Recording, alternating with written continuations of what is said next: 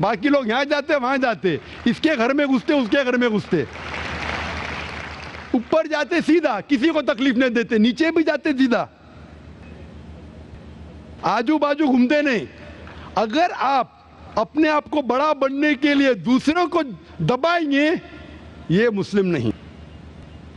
تو اگر میں مانوں آپ کی بات کو کہ ہر جیوت انسان کو بھائی چارہ کروں, تو مجھے جینے کا حق نہیں, کسی کو جینے کا حق نہیں ہے. لیکن اس کا مطلب یہ نہیں کہ ہم دوسرے جیوت لوگ کو تکلیف پہنچائیں جان بوجھ کے.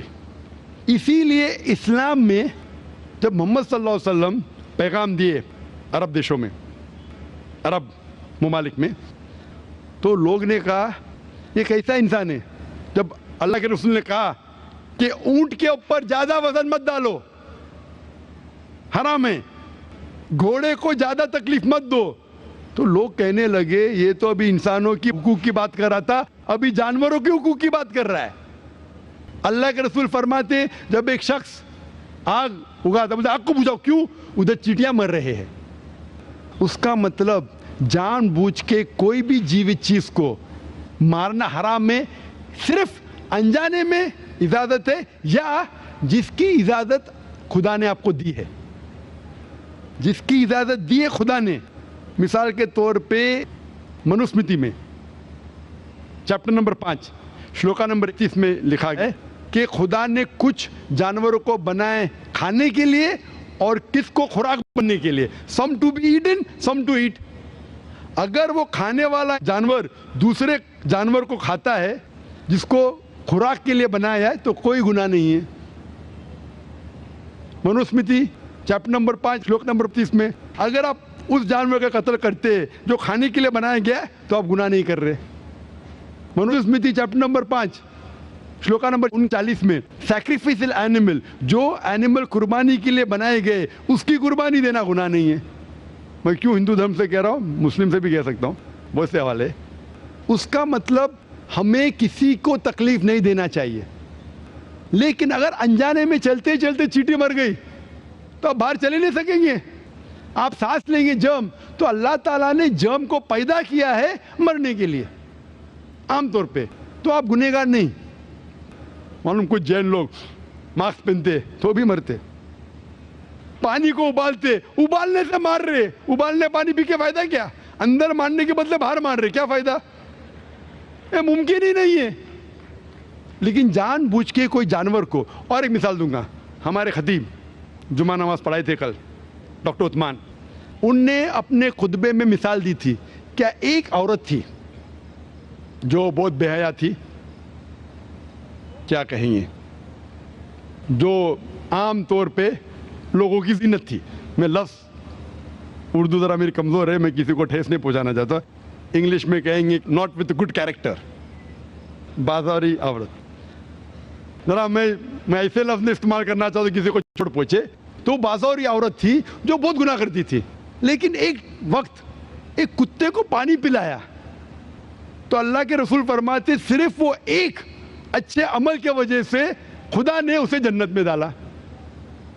بازاری عورت غلط کام کرتی ہے, زنا کرتی ہے, ایک عمل کیا کی, ایک کتے کو پانی دی, انسان کو نہیں کتے کو, اور اللہ اسے جنت میں ڈالتا ہے. دوسری طرف ایک اچھی عورت, نیک عورت, لیکن ایک بلی کو بند کرتی ہے, چین کر کے رکھتی ہے, اس کی آزادی کو قید کرتی ہے, اللہ تعالیٰ اس کو جہنم میں ڈالتا ہے, نرک میں ڈالتا ہے. اسے کہتے جانوروں کے حقوق. مطلب جانوروں کے بھی حقوق اسلام میں ہیں. اللہ کے رسول فرماتے کہ چڑیا کی جان بھی مت لو بنا وجہ. چڑیا, اسپیرو, آپ پڑھیں گے قرآن میں اور حدیث میں کئی اس کے پر لیکچر. تو اس لیے ہم مانتے ہیں کہ جیوت چیز کا ہمیں احترام کرنا چاہیے, اس کے رول ریگولیشن ہے. بولیں گے سب جیوت چیز میرے بھائی ہیں, نہیں بھائی, سب بھائی نہیں ہیں. ابھی کچھ لوگ اتنا کرتے, کتے کے پیچھے ہر مہینے لاکھ روپیہ خرچہ کرتے. ارے غریب لوگ مر رہے, لاکھ روپے سے 10 گھر ہر مہینے لاکھ روپیہ اپنے پوڈل کے اوپر ڈالتے ہیں. لاکھ روپے سے کم از کم 10 گھر تو چلیں گے نا مہینے, 20 گھر چلیں گے بمبئی میں, ہاں کہ نہیں؟ وہ 20 گھر کو سنبھالو نا, ایک پوڈل کو سنبھال رہے. یہ کدھر کا اسلام ہے؟ ٹھیک ہے جانور کی قدر کرو, اتنا قدر مت کرو کہ اس کے ہاتھ میں چین ڈالو سونے کی, یہ کرو, یہ کھانا لے کے آؤ, کھانا لے کے آتے لاکھ روپے کا, آپ سمجھ رہے نا. تو اتنا مت اسراف کرو. اسلام کے اندر سکھایا گیا ہے کہ بھائی چارہ جو میں نے ذکر کیا, بٹ جانوروں کو بھی دیکھو اور اس کے ساتھ اچھا برتاؤ کرو, بنا وجہ کسی جانور کا قتل مت کرو. یہ آپ کا سوال تھا. آپ کا دوسرا سوال اس کے اندر جواب ہو گیا. آپ کہتے ہیں کہ پینتھیزم, سب کو خدا ماننا اس کا جواب ہے. اس کا جواب میں کہا تھا, ہمارے بھائی جو اوتار سنگھ تھے نا, اس نے کہا تھا پینتھیزم سب کچھ خدا ہے, سب کچھ خدا ہے. اس سے کیا ہوتا ہے کہ سب کچھ خدا ہے, مطلب اگر آپ سب کو خدا مانتے, چور کو بھی خدا مانتے, ڈاکو کو بھی خدا مانتے, خدا کا مطلب اس کا کہنا ماننا, برابر کہ نہیں, اس کی عزت کرنا, اس کی عبادت کرنا, وہ جو کہتا ہے اس کی بات ماننا. تو آپ اگر وہ چور کو خدا بولیں گے, وہ بولے گا چوری کو, آپ چوری کرنا شروع کریں گے. وہ بلاತ್ಕಾರ کرنے والا کہیں گے آپ سے, آپ اس کو خدا بولیں گے, چل بھائی بلاತ್ಕಾರ کر, آپ کریں گے. تو اسی طرح یہ ان لاجیکل ہے. خدا ایک ہے اور صرف اس کی عبادت کرنا چاہیے. اور یہ جو فلسفی ہے, یہ فلسفی جو آپ بول رہے کدھر سے آئی, اسے کہتے ہیں اینتھروپومورفزم. کیا کہتے ہیں اینتھروپومورفزم, مطلب گاڈ نے ہر چیز کی شکل حاصل کی.